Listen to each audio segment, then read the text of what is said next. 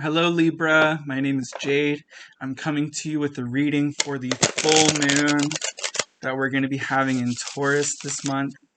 A fellow Venusian energy, um, as being ruled by Venus, so is Taurus. So this is going to be a relationship that will prove bold and well for you. Um, what I want to encourage for this reading is that we make a promise to not get in the way of the emotions that are being brought to light. Give them validity, give them expansion, and allow them to present themselves, because that is what the lunar eclipse brings and inspires for our experiences. What I want to do is just shuffle this one more time. Okay, now what I'm going to do is I'm going to pull. What I do for my readings is I offer an expansion of the past, present, and future. And what I mean by expansion is by defining the relationship that you have in the etheric world and your present physical world. And so you can put the pieces together and bridge the gap and allow you to come to a more vivid experience in the present. That is what I hope to accomplish. Now, for right out the gate, we have the Ace of Wands, some powerful energy to describe for your past. So, what this means is there have been opportunities to define certain outcomes, be the scientific manifester, creator of your dreams and your reality. You've made choices to put you down specific paths that you desire. That is what the Ace of Wands entails. Um, and what this is relating to, so your etheric world is describing the validity that it gives to your work environment. The Eight of Coins defines a very strong and efficient work ethic. So that is what I'm getting from the past experiences in your etheric world. You understand the significance of the bigger picture and how everything sort of fits together.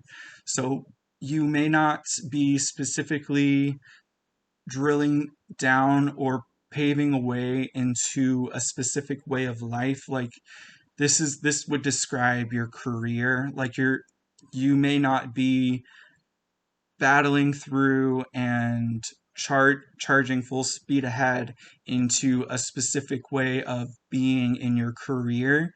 You're you understand um, the relationship that you have with your work as its own individual time. You have a bigger picture. You understand that work isn't the only aspect of your life. You know the things that enrich your experience and allows you to have an expansion of influence um, through your attention and your desires. What I mean by that is your ability to facilitate roles in your familial life, whether it be chosen family, or your soul family, or your tribe. That is what you are seeing the influence and beginning of your you see how your work environment allows you to bring things into fulfillment in your present, um, aside from your work. That's what the description of this is giving. Um, and so with the Eight of Swords, we may feel a little tied up and unforgiving of the ways that some things have influence over our current mental state.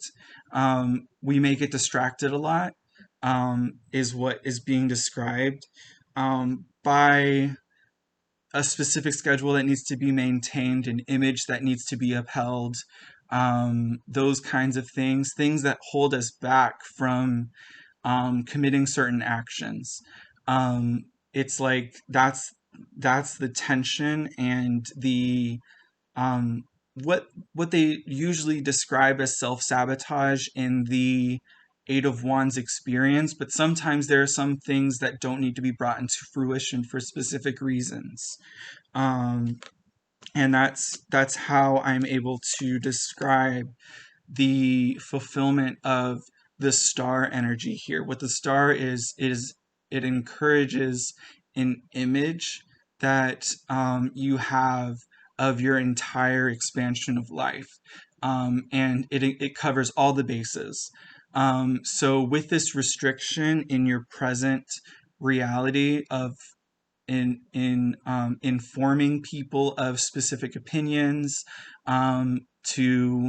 to encourage harmony and balance in your world. That is a very Libra characteristic, if I might add. Um, there may be things that are not relevant to the conversation that you're having. It's just not present. There's no reason to bring it up. It would just bring contention. Those are the things that you like list these things off in your head, and you're like, okay, I guess I won't bring it up. Um, that's that's like what I'm seeing. Um, and it's like, oh, okay. But there's a bigger picture that's encouraged and that you're enlightened to, in this experience. So the Knave of Wands, that I see in reverse in your future, is the potential for more action to occur. There, you may start to expand your influence, in the in the way that things can play out. You may choose to include your work life more into your experience, or you may choose a different path that provides you with a financial stability. But what I see with the Knave of Wands is like the tentativeness to incorporate the lessons that you've learned in your experience and how they can prove beneficial to other people. In your etheric world, the Eight of Cups was in reversed. Um, you're entitled to the experiences that you have experienced.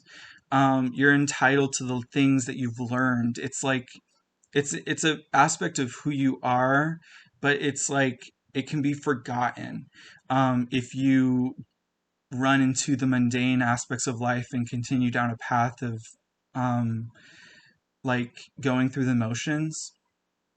So um, it's like remember to be at the ready for the people in your life that may need your defense or may need um, it's like your expansion of influence protects them, um, and their way of life. Or um, I don't want to create like this aspect of fear, um, because there's nothing presenting that. There's just hesitancy that I see with the Eight of Swords. Um, and so you don't have like any responsibility, but it's your choice whether or not you want to include these memories in your existence. If someone is proving, um if you see that there's no need to bring things up, then is it relevant to continue to uphold in your memory? That's your decision, to give things up and surrender those things to the divine. That's your choice. Um, but understand, like in your future, this Eight of Cups describes a leaving, um, uh, putting things behind you, um, and you may decide to leave these. So if I did describe this as your choice first, I want to include the conversation of consent. You don't have to consent to be around people who are damaging to the world that you live in. Even if they're close friends, immediate family, if they prove to cause problems, and they make themselves their own social pariah, to the point and extent where you can't even relate with them or stand to be around them, because of this hesitancy that they encourage within you, then it may be time to leave. But I don't encourage people to make big decisions in their life. This is something that I want to put in your hands. You may already know what I'm talking about. This may be something that you've experienced in the past. Um, because I did describe, like, if you decide to let go of the need to uphold this moral or this boundary on this person, if you choose to relinquish that and let it subside, then you'll lose the memories that you have of the other people that you've cultivated relationships with. It goes hand in hand. It happens, and so what I encourage is, if this person means something to you and you have a boundary of saying, like, hey, I care about this person, um not saying like you say that to the person who's um corrupting the relationship. Like, you draw a boundary within your own self and say, I have morals, like, I have no reason to cut this person out of my life, so I'm gonna continue the relationship onward with them. But the Eight of Cups still describes you leaving the other person who was causing the conflict. So this will be relevant no matter what happens. Um, whether you choose to let things subside and you forget about the friend, the person who was harmed, just because you uphold what relationship this is that's going on. Um, but that's your choice. Um, and it's your choice the other way around, where you say, I uphold this person more than I uphold you. So I'm going to continue cultivating the relationship that I have and make sure that I mend the line that's been drawn. Um, and maybe even convey this to them and describe how much they mean to you. This is an opportunity for you to expand your horizons and cultivate different relationships, in a different way.